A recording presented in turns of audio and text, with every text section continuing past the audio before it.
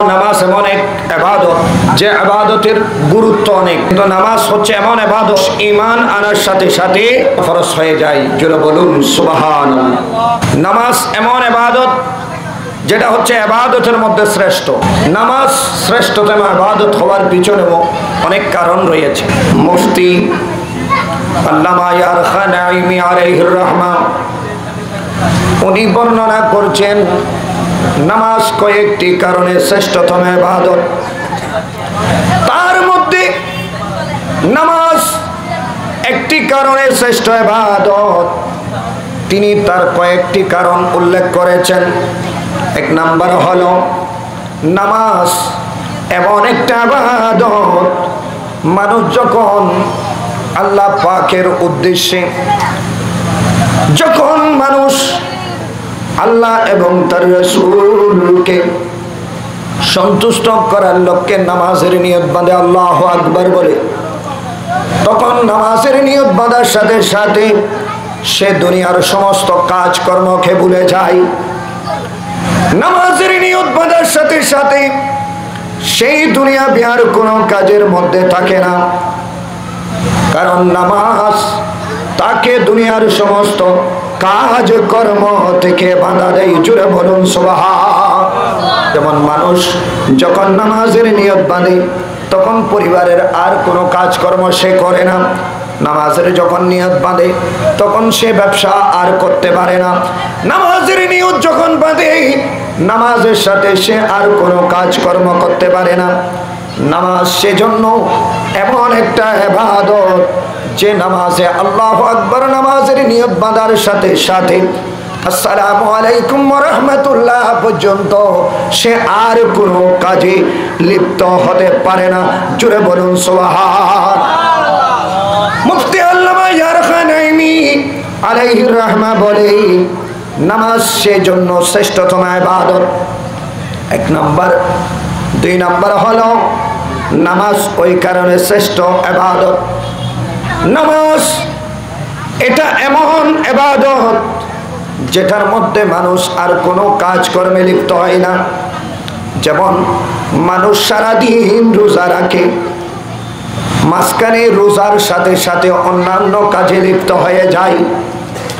সুবহ সাদিকের সময় সে সেহরি খায়, মাগরিবের পূর্বে সে ইফতার খায়, মাঝখানে ব্যবসা করে, মাঝখানে চাকরি করে, মাঝখানে অন্যান্য কাজকর্ম করে। মানুষ যখন হজ করতে যায়, হজ কারো জন্য ইবাদত হয়, আবার কারো জন্য ব্যবসা হয়। একদিকে ইবাদত, দ্বিতীয় নম্বর হচ্ছে তার দুনিয়াবি একটা ব্যবসা চালিকা শক্তি। আল্লামা ইয়ারখা নাঈমি আলাইহির রাহমা বলে নামাজ হলো এমন একটা ইবাদত যে ইবাদতের মধ্যে দুনিয়াবি কোনো কাজকর্ম থাকে না, যেটা রোজার মধ্যে পাওয়া যায় কিংবা হজ্জের মধ্যে পাওয়া যায়। কিন্তু নামাজের মধ্যে মানুষ আল্লাহু আকবার নিয়ত বাঁধার সাথে সাথে তার সমস্ত শরীরের অঙ্গ প্রত্যঙ্গ তার আয়ত্তের মধ্যে চলে আসে। জোরে বলুন সুবহানাল্লাহ। তার সমস্ত অঙ্গ প্রত্যঙ্গ সে কন্ট্রোল করে ফেলে। সে নামাজ পড়ার সাথে সাথে সমস্ত অঙ্গ প্রত্যঙ্গের বাকি কাজগুলোকে সে বিরত রাখে। জোরে বলুন সুবহানাল্লাহ।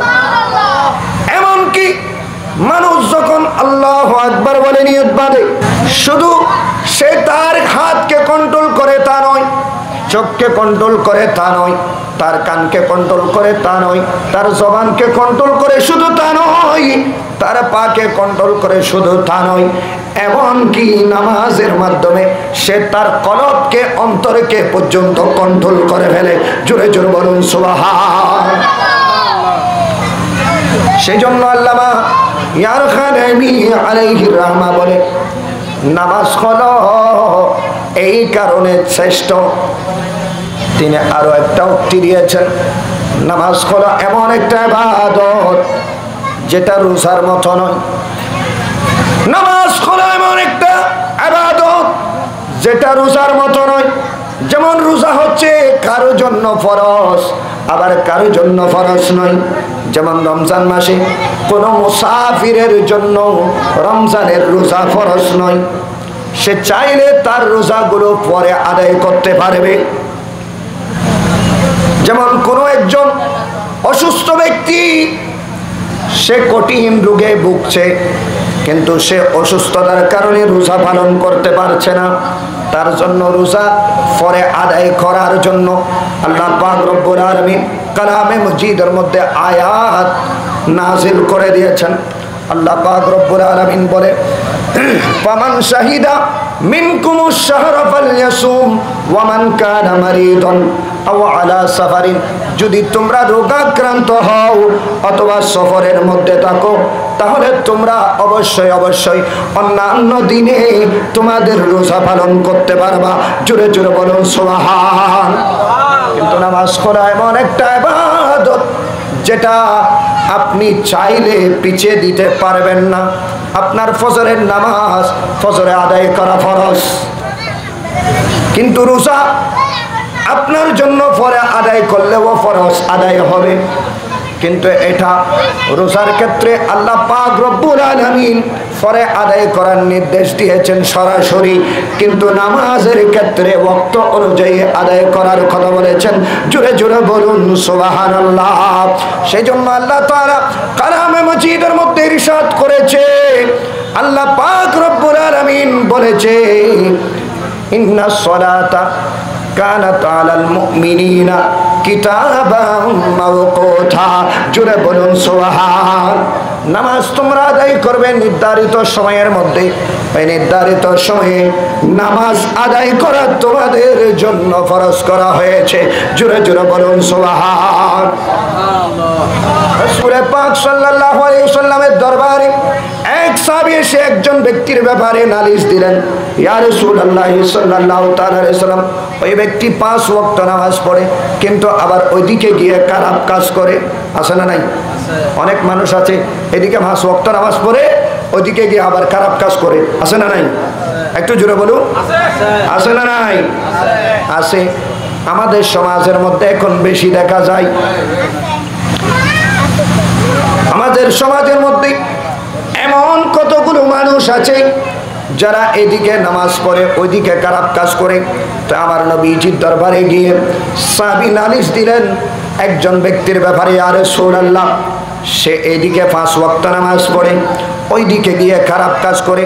রাসূল পাক সাল্লাল্লাহু আলাইহি ওয়াসাল্লামকে যখন বলা হলো, তখন আল্লাহর নবী উত্তরে দিলেন, ফাকালা ইন্না সালাতাহু তানহাহু ইয়াওমান, নামাজ হচ্ছে এমন একটা ইবাদত, সে যখন সে ইবাদতকে 5 ওয়াক্ত ভাবে ধরেছে, আজ না হয় কাল না হয় কোনো একদিন, সে অবশ্যই অবশ্যই নামাজ তাকে খারাপ কাজ থেকে ফিরিয়ে নিয়ে আসবে।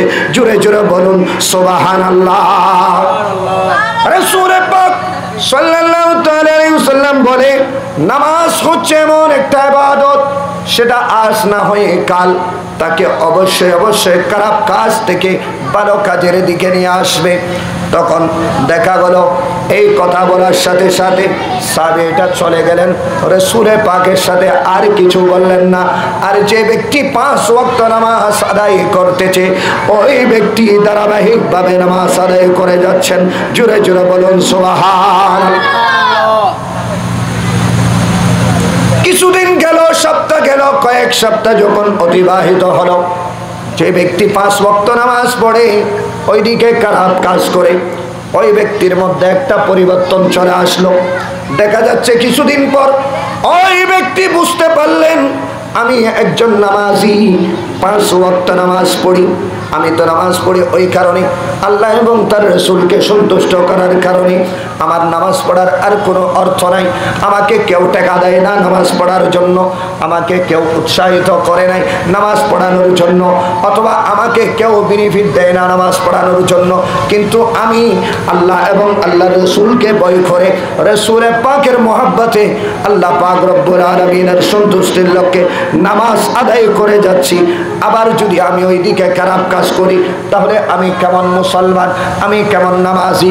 এই জিনিসটা তিনি চিন্তা করতে লাগলেন। ওইদিকে নামাজ আদায় করতেছেন, হঠাৎ দেখা গেল কিছুদিন পর ওই মানুষের ভিতরে এমন পরিবর্তন চলে আসলো, সে অবশ্যই অবশ্যই আনতাবা ওয়া হাসানা। রাসূল পাক সাল্লাল্লাহু তাআলা আলাইহি ওয়াসাল্লামের কাছে যে ব্যক্তি নালিশ দিয়েছে সে ব্যক্তি আবার এসেছে, ইয়া রাসূলুল্লাহ সাল্লাল্লাহু তাআলা আলাইহি ওয়াসাল্লাম, সে আজ থেকে দেখা যাচ্ছে আর কোনো খারাপ কাজ করছে না। দেখা গেল কিছুদিনের মধ্যে ওই ব্যক্তি তাওবা করে ফেললো। জোরে বলুন সুবহানাল্লাহ। সে ব্যক্তি তাওবা করে ফেললো। তাওবা করে সে ব্যক্তি উত্তম আচরণ ধারণ করলো। তিনি বুঝতে পারলো আমি এইদিকে নামাজি, ওইদিকে আমার দ্বারা খারাপ কাজ করাটা কোনো মুহূর্তে সম্ভব হয় না। জোরে জোরে বলুন সুবহানাল্লাহ। সেজন্য আল্লাহ পাক রব্বুল আলামিন কালামে মাজিদের মধ্যে ইরশাদ করেছেন, বিসমিল্লাহির রহমানির রহিম, ইন্নাস সালাতা তানহা আনিল ফাহশাই ওয়াল মুনকার। নামাজ হলো এমন একটা ইবাদত যেটা মানুষকে খারাপ কাজ এবং অশ্লীল কাজ করতে অবশ্যই অবশ্যই বাধা দিয়ে দেয়। জোরে জোরে বলুন সুবহানাল্লাহ। তাহলে নামাজ হলো এমন একটি শ্রেষ্ঠ ইবাদত যেটা মানুষের মধ্যে যদি চলে আসে, সে নামাজ যদি মানুষ তার জীবনের মধ্যে সৃষ্টি করতে পারে, 5 ওয়াক্ত নামাজের সাথে সে যদি তাকে সম্পর্ক করতে পারে, 5 ওয়াক্ত নামাজের সাথে সে যদি তাকে জড়িত করতে পারে, তাহলে ওই নামাজ তাকে অবশ্যই অবশ্যই পরিবর্তন করে ফেলে। জোরে জোরে বলুন সুবহানাল্লাহ। সেই জন্য আমার নবীজির কাছে যখন আসলো, ইয়া রাসূলুল্লাহ, ওই মানুষ দেখা যাচ্ছে আর কোনো খারাপ কাজ করছে না, ওই মানুষ দেখা যাচ্ছে নিজে তওবা করে ফেলছে। তখন আমার নবীজি বলছে, ক্বালা, রাসূল পাক সাল্লাল্লাহু আলাইহি সাল্লাম বলছে, আলাম আকুল লাকুম ইন্না সালাতা তানহা ইয়াওমান। আমি তো তোমাদেরকে বলেছি এমন এক সময় আসবে, কোনো একদিন সে অবশ্যই অবশ্যই ওই সমস্ত কাজ থেকে ফিরে এসে শুধুমাত্র হারদম আল্লাহ পাকের ইবাদত করতে থাকবে। জোরে জোরে বলুন সুবহানাল্লাহ। নামাজ হলো এমন একটা ইবাদত, আল্লামা মুফতি আরখানাইমি আলাইহির রাহমা বলে নামাজ শ্রেষ্ঠ হওয়ার ক্ষেত্রে আরো লক্ষণ আছে। মুফতি আরখানাইমি বলে নামাজ শ্রেষ্ঠ হয়েছে ওই কারণে, কারণ নামাজ এমন একটা ইবাদত যেটা দৈনিক 5 বার আসে। কয়বার? একটু আমার সাথে কথা বলতে হবে। দৈনিক কয়বার নামাজ? দৈনিক কয়বার? 5 বার। ফজরে আসে, জোহরে আসে, আসরে আসে, মাগরিবে আসে, এশার সময় আসে, আবার রাত যখন গড়িয়ে যায়, সকাল হওয়ার সাথে সাথে আবার নামাজ আপনার উপর ফরজ হয়ে যায়। ঠিক কিনা বলুন? ঠিক কিনা? নামাজ এমন একটা ইবাদত যেটা হরদম আপনার কাছে দৈনিক 5 বার আসে। কিন্তু রোজা আছে বছরে 1 বার, রোজা বছরে 1 বার আসে। হজ আসে আপনার কাছে বছরে 1 বার। নামাজ হচ্ছে দৈনিক 5 ওয়াক্ত ফরজ, আর হজ হচ্ছে জীবনে 1 বার ফরজ, আর রোজা হচ্ছে বছরে আপনার জন্য 1 মাস ফরজ। জোরে বলুন সুবহান। আল্লামা আরখানাইমি বলে যেই ইবাদত একের পর এক ধারাবাহিক আসে, যে ইবাদত বেশি করা হয়, যে ইবাদত এক দিনের মধ্যে 5 বার করা হয়, সেই ইবাদত অবশ্যই অবশ্যই যে ইবাদত বছরে 1 বার আসে ওই ইবাদতের চেয়ে দামি হয়ে যায়। জোরে জোরে বলুন সুবহানাল্লাহ।